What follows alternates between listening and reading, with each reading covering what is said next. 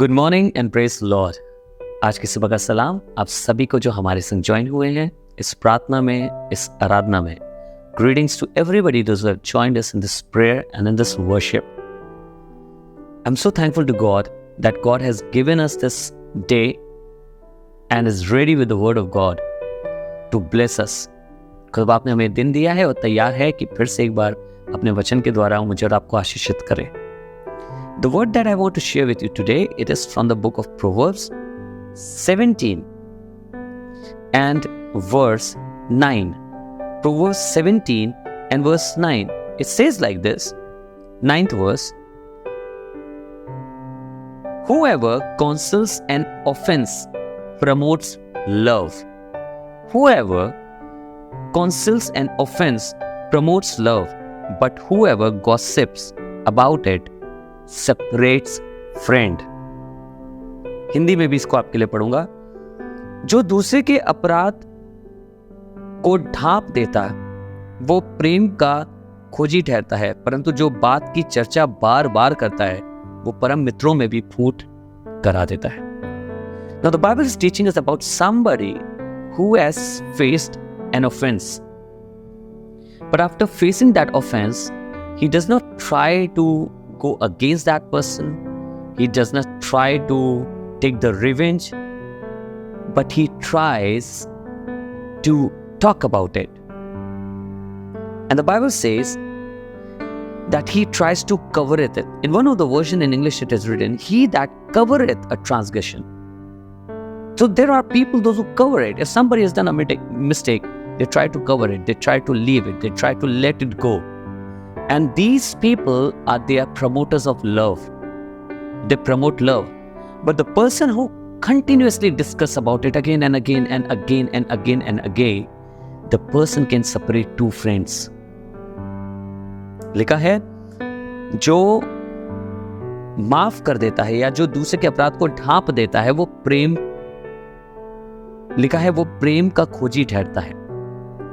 अपराध को ढांप देते हैं हम। कई बार लोग हमारे विरुद्ध अपराध करते हैं और हम जाने देते हैं। कई बार लोग हमारे विरुद्ध बोलते हैं, हम जाने देते हैं। We try to cover it. पर बार बार उसको जो बोलता है वो लड़ाई करवाता है। वो बार बार याद दिलाता है, मालूम है उसने क्या कहा था? Do you remember what that person said about you? Do you remember what that person did with you? Do you remember what that person was having against you? आपको मालूम, वो सब कुछ बताता है। उस व्यक्ति ने क्या तुम्हारे साथ किया, क्या गलत किया। वो क्या कर रहा है? वो झगड़ा करा रहा है। पर एक है जो ढांप देता है। मेरा मसीह भी उन्हीं में से एक है। मेरा यीशु मसीह भी, जिसने हमारे अपराधों को ढांप दिया है। उसने स्मरण नहीं किया है, वो बार बार उसकी चर्चा नहीं करता है। My Jesus is also like a person who covereth sins. He never discuss about it again. Through his blood he has covered a sins. उसने अपने लहू के द्वारा हमारे पापों को ढांप दिया। बार बार चर्चा नहीं करता, बार बार बात नहीं करता, बार बार आपको और मुझको स्मरण नहीं दिलाता, क्योंकि वो प्रेम करना सिखाता है, ना कि झगड़ा करवाना। आइए दुआ करें, क्या प्रभु मैं भी पापों को ढांपने वाला बनूंगा, उजागर करने वाला नहीं। Let us pray, lord, that I am going to become a coverer of sin. I'm going to cover the sins, not I'm going to discuss about it again and again. Let us pray. Father, we thank you for your word that has taught us a way that we can be transformed into the image of Christ. Father, thank you so much for sending Jesus who has covered all our sins, and he never talks about it again. That shows his immense love. This shows your immense love for us, Lord. May we be able to become just like Christ, just like Jesus. प्रभु दुआ करते हैं हम भी यीशु की तरह लोगों के पापों को ढांपने वाले हो सकें। जैसे प्रभु यीशु ने पापों को ढांप दिया, वो आपके प्रेम को और उसके अनुग्रह को हमारे ऊपर दिखाता है, वैसे ही हम भी लोगों के पापों को ढांपते हैं।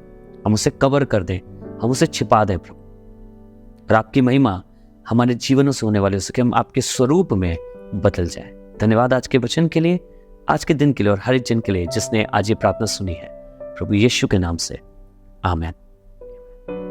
God bless you. Thank you so much for joining. We will meet again. God bless you all.